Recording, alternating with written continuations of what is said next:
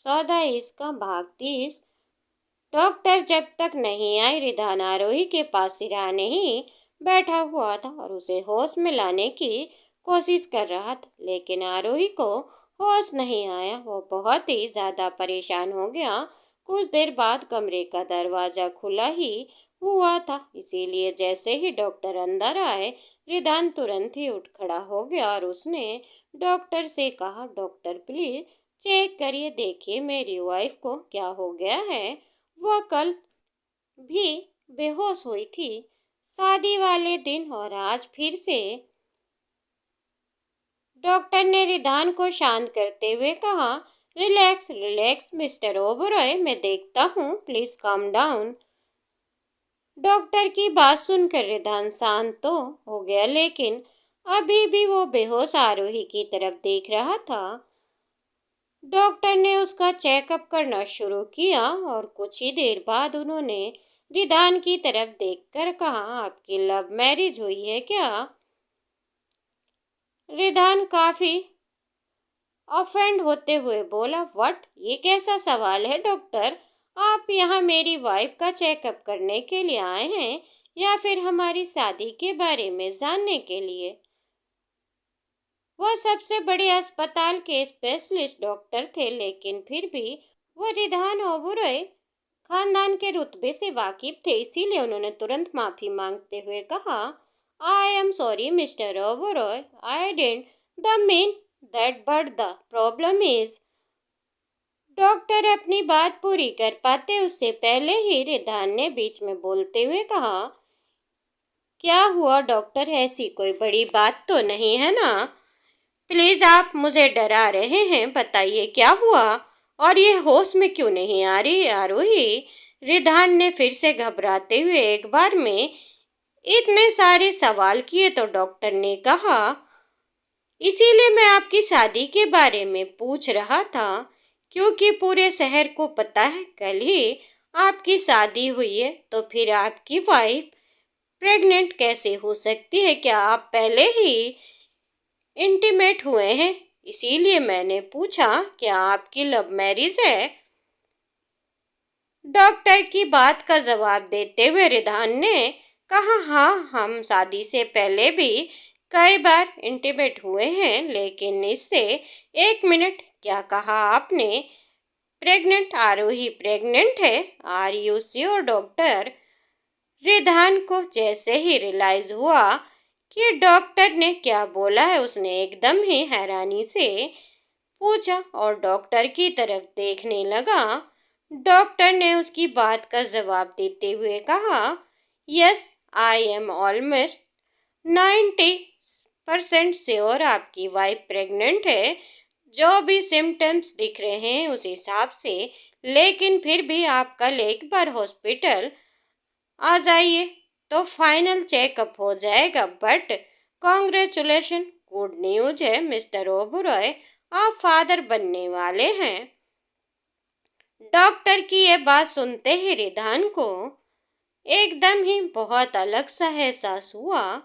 एकदम खुश होकर आगे होते हुए डॉक्टर के ही गले लग गया, क्योंकि उसे और कुछ समझ नहीं आ रहा था। रिधान ने खुश होते हुए कहा, thank you so much doctor, Aaruhi pregnant है और मैं डैड बनने वाला हूँ। मैं बहुत खुश हूँ, आई एम रियली हैप्पी। मुझे कुछ भी समझ नहीं आ रहा, क्या करना चाहिए डॉक्टर, आप बताइए मुझे। ऐसे में अच्छा हस्बैंड, अच्छे डैड कैसे बन सकता हूँ? क्या करना होगा मुझे? क्या क्या ध्यान रखना होगा? आप मुझे सब कुछ बता दीजिए। रिदान खुद को ही समझ नहीं आ रहा था कि एक्साइटमेंट में और खुशी में वो क्या क्या बोले जा रहा था। उसे देखकर डॉक्टर ने हंसते हुए कहा, अभी ऐसा कुछ भी ज्यादा ध्यान नहीं रखना होता है। अभी उनकी प्रेगनेंसी को 1 मंथ भी नहीं हुआ, इसीलिए आपकी वाइफ को पता नहीं चल पाया होगा। आप बस उन्हें खुश रखिए और ध्यान रखिए। बाकी आप जब हॉस्पिटल जाएं चेकअप के लिए, तब मैं आपके सारे प्रिस्क्रिप्शन लिख कर दे दूंगा। डॉक्टर की बात सुनकर रिधान ने थोड़ी समझदारी दिखाते हुए कहा, okay, thank you so much doctor, आपने मुझे इतनी बड़ी खुशखबरी दी है। मैंने तो सोचा भी नहीं था आरूही प्रेग्नेंट है और मैं इतनी जल्दी हमें खुशी मिल जाएगी। डॉक्टर की बात सुनकर रिधान हाँ में अपना सिर हिलाया। डॉक्टर बाहर जाने लगे तो रिधान ने आरूही की तरफ देखा। वो अभी भी बेहोश थी। तो रिधान तुरंत ही डॉक्टर को आवाज देते हुए पूछा, एक मिनट डॉक्टर, आरूही को होश कब आएगा? उसे भी एक गुड न्यूज देना चाहता हूँ, डॉक्टर ने कहा। उन्हें कुछ देर में होश आ जाएगा। इतना बोलकर डॉक्टर वहां से चले गए और रिधान वहां पर आरूही के पास ही बैठ गया। उसने आरूही के हाथ धीरे से अपने हाथों में थाम लिया। उसकी तरफ देखकर बोला, आरूही, मुझे नहीं पता था कि तुम प्रेग्नेंट हो। नहीं तो मैं तुम्हें बिल्कुल भी काम नहीं करने देता। शायद इसी वजह से तुम्हें सुबह उल्टी भी हुई थी। तुम अपना बिल्कुल ध्यान नहीं रखती हो, लेकिन अब ऐसा नहीं चलेगा। अब तो मैं अपने साथ साथ हमारे होने वाले बच्चे का भी ध्यान रखना है। रिधानु से बातें कर रहा था। कुछ देर के बाद आरोही ने धीरे से अपनी आंख खोली। रिधान एकदम चुप हो गया और उसकी तरफ देखने लगा। आँख खोलते ही आरोही अपने सामने रिधान का चेहरा नजर आया तो वो थोड़ी सी कंफ्यूज हो गई और फिर उसने एकदम से पूछा, रिधान, आप यहाँ क्या कर रहे हैं और क्या हुआ था? मुझे मेरा सर इतना भारी क्यों हो रहा है? रिधान के हाथ से अपना हाथ छुड़ाने की कोशिश करते हुए आरोही उठकर बैठने की कोशिश करने लगी तो रिधान ने थोड़ा हक जताते हुए कहा, कैसा सवाल कर रही हो तुम? और तबीयत ठीक नहीं है तो लेटी रहो ना। वैसे भी तुमने मना किया था उठने को, लेकिन तुम कहाँ मेरी बात सुनती हो। लेकिन अब तुम्हें सुनना पड़ेगा। आरोही ने मासूमियत से पूछा, क्यों, क्या हुआ है मुझे? और मैं तो आपकी सारी बात मानती हूँ, फिर भी आप ऐसे बोलते हैं। वो बहुत ही प्यारी लग रही थी और रिधान समझ गया कि प्रेगनेंसी की वजह से उसे ऐसा मूड स्विंग हो रहे हैं तो उसे ज्यादा कुछ नहीं कहा। तुरंत ही आगे आकर उसने आरोही के गले से लग गया और उसने चेहरा उसकी गर्दन के पास रखते हुए उसने धीमी आवाज में कहा, तुम्हें कुछ नहीं हुआ, बल्कि ठीक हो तुम, लेकिन बस अब अकेली नहीं हो। आरोही ने रिधान की इस बात का मतलब समझ नहीं आया। फिर उसे लगा कि शायद वो उनकी शादी के बारे में बोल रहा है और आप वो दोनों हस्बैंड वाइफ थे, इसीलिए तो आरोही थोड़ा सा कंफ्यूज हो गया और उसने पूछा, मैं आपसे क्या पूछ रही हूँ और आप क्या बोल रहे हैं अकेली? मतलब आप मेरे साथ यही कहना चाहते हैं ना? आरोही की ये बात सुनकर रिधान सीधा होकर बैठ गया और उसने अपने दोनों हाथ बहुत ही प्यार से आरोही के गाल पर रखते हुए कहा, मैं तो हमेशा ही हूँ तुम्हारे साथ, लेकिन हम दोनों के साथ अब और कोई भी जो हमारी लाइफ में आने वाला है। रिधान की ये बात सुनकर आरोही और भी ज्यादा कंफ्यूज हो गई। रिधान की ऐसी बातें समझ नहीं आ रही थी। ऊपर से उसके चेहरे के ऐसे एक्सप्रेशन को इतना ज्यादा खुश नजर आ रहा था। आरोही को समझ आ रहा था कि आखिर रिधान इतना ज्यादा खुश क्यों है और वो किसी तीसरे इंसान की बात कर रहा है जो उन दोनों के बीच आने वाला। उसका ध्यान बार बार फिर तनीषा की ओर ही जा रहा था। आरोही ने मासूमियत से पूछा, क्या तुम तनीषा के बारे में बात कर रहे हो? लेकिन वो पूरी तरह से तुम्हारी लाइफ में है और हम दोनों जैसा कुछ भी। वो अपनी बात पूरी कर पाती उससे पहले ही रिधान उसकी होठों पर अपने होठ रखते हुए उसका मुंह बंद कर दिया, क्योंकि वो नहीं चाहता था आरोही अपनी ये बात पूरी करे। रिधान बस हल्के से उसके होठ को चूम लिया और फिर पीछे होते हुए उसने आरोही की तरफ देखा। रिधान ने आरोही को लगभग डांटते हुए कहा, चुप करो तुम, और मैं तुमसे कहा था ना तनीषा का नाम भी मत लेना। उसे क्यों बोलूंगा? हमारे बीच अब वो कभी नहीं आ सकती, लेकिन कोई और आ रहा है। आरोही बहुत ही मासूमियत से पलके झपकाते उसकी तरफ देखने लगी। कुछ भी नहीं कहा क्योंकि और ज्यादा डांट नहीं खाना चाहती थी। रिधान ने करीब आकर उसे अपने गले से लगाते हुए आवाज उसके कान में कहा, you are a pregnant my love. Ridhaan ये बात काफी धीमी आवाज में कही थी, इसलिए आरोही को भरोसा नहीं हुआ। उसे एकदम चौंक कर उसकी तरफ देखा और जबरदस्ती हंसते हुए कहा, तुम मजाक कर रहे हो ना? प्लीज, ऐसा मजाक मुझे बिल्कुल पसंद नहीं। और नहीं, ऐसी कोई बात। वो अपनी बात पूरी कर पाती कि रिधान ने बीच में बोलते हुए कहा, नहीं नहीं, मैं बिल्कुल भी मजाक नहीं कर रहा हूँ। और क्या तुम्हें खुद भी समझ नहीं आया?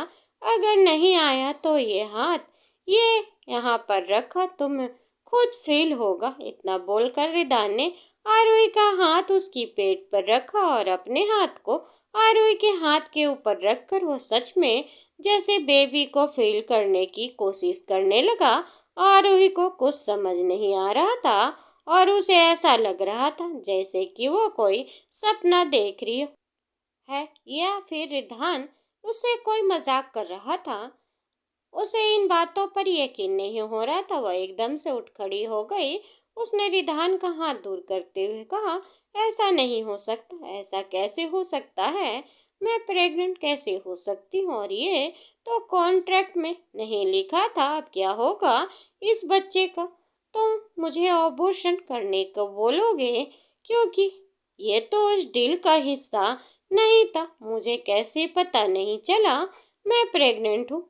ये सब चिल्लाकर बोलते हुए आरोही ने दोनों हाथ अपने सिर पकड़ लिया था और उसको ऐसा रिएक्शन देखकर रिधान में एकदम उसके सामने जाकर खड़ा हुआ।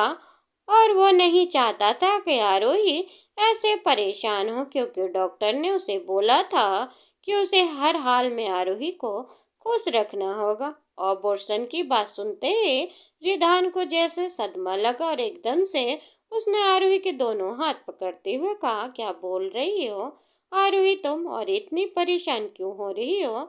ये हमारा बच्चा, हमारी प्यार की निशानी। मैं क्यों हमारे बच्चे का अबॉर्शन कराऊंगा? क्यों तुम दिख नहीं रहा मैं कितना खुश हूँ और तुम खुश क्यों नहीं हो? ऐसे रिएक्ट क्यों कर रही हो? एकदम क्यूलेश होकर रिधान की आंखों में देखते हुए आरोही ने पूछा, लेकिन तुम क्यों खुश हो? हमारा बच्चा कैसे हो सकता? ये तो सिर्फ एक गलती है ना? हमने बेबी प्लान नहीं किया था और हम तो असल में शादीशुदा भी नहीं है ना। हमारे बीच तो सिर्फ एक डील। आरोही की बात सुनकर रिधान काफी इरिटेट हो गया था। उसे चिल्लाकर कहा, भाड़ में जाए डील। और जो कुछ भी बात पहले हुई थी, अब सब कुछ बदल चुका है हमारे बीच। क्या तुम्हें नजर नहीं आता मैंने तनीषा से ब्रेकअप क्यों किया? क्यों उसे यहाँ से जाने को बोला? क्यों मैं इतना खुश हूँ और क्यों मैं तुम्हारी इतनी फिक्र कर रहा हूँ? क्यों मुझे सिर्फ तुमसे फर्क पड़ता है? और क्यों तुम्हारी तबीयत खराब होने पर मैं इतना परेशान हो गया था? आरोही उससे नजरें चुराते हुए इधर उधर देखकर कहा, मुझे क्या पता क्यों आपका मन है आज है कल बदल जाएगा और तब आप खुद ही मुझे डील याद दिलाएंगे, तब मैं क्या करूंगी? वैसे भी प्रेग्नेंट हूँ, बच्चा मेरे पेट में है, आपके नहीं। आप क्यों खुश हो रहे हैं? रिदान ने उसी तरह चिल्लाकर उसकी बात का जवाब देते हुए कहा, क्योंकि मैं तुमसे प्यार करता हूँ आरोही, और ये बच्चा हमारे प्यार की निशानी है, कोई डील नहीं और ना ही कभी हो सकता। मैं तुमसे प्यार करता हूँ, हमारे होने वाले बच्चे से भी मैं हमेशा तुम दोनों का ध्यान रखूंगा। और रहा उस डील की बात, तो एक मिनट रुको। रिधान की ये बात सुनकर आरोही जैसे एकदम ही अपनी जगह पर जड़ हो गई। रिधान उसे प्यार करने लगा है ऐसा उसने कभी भी नहीं सोचा था। वह काफी दिनों से रिधान को पसंद करती थी, लेकिन उसने ये फैसला किया था वह कभी भी अपनी फीलिंग से उसके सामने जाहिर नहीं करेगी। लेकिन जब आज रिधान ने सामने से ये बात बोली कि वह उसे प्यार करता है और उसके प्रेग्नेंट होने की बात सुनकर वह जितना खुश था, वो सब देखकर आरोही को भी कहीं न कहीं बहुत अच्छा महसूस हुआ और वह बहुत ज्यादा इमोशनल हो गई। उसकी आंखों में आंसू झलक आए थे।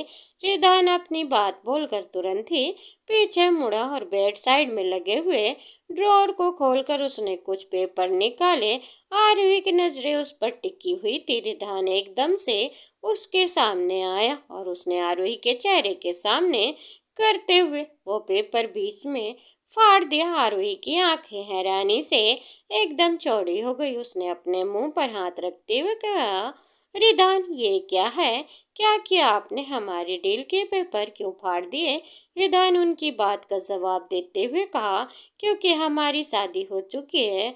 अब हम पति पत्नी, और इसके अलावा हमारे बीच कुछ भी नहीं। कोई डील, कोई पेपर्स, कोई कॉन्ट्रैक्ट, कुछ भी नहीं। तुम मेरी वाइफ हो और मेरे होने वाले बच्चे की माँ, जिसे मैं बहुत प्यार करता हूँ। आरूही को अभी भी उसकी बातें और एक्शन पर भरोसा नहीं हो रहा था, इसलिए उसने एक बार फिर से सवाल करते हुए पूछा, तो क्या आप मुझे पैसे भी वापस ले लेंगे? वो मेरे पैसे जो आपने मुझे दिए थे वो पेपर साइन करते वक्त, और हमारी शादी वह तो नकली थी ना? आरोही की ये बात सुनते ही रिदान हल्के से मुस्कुराया।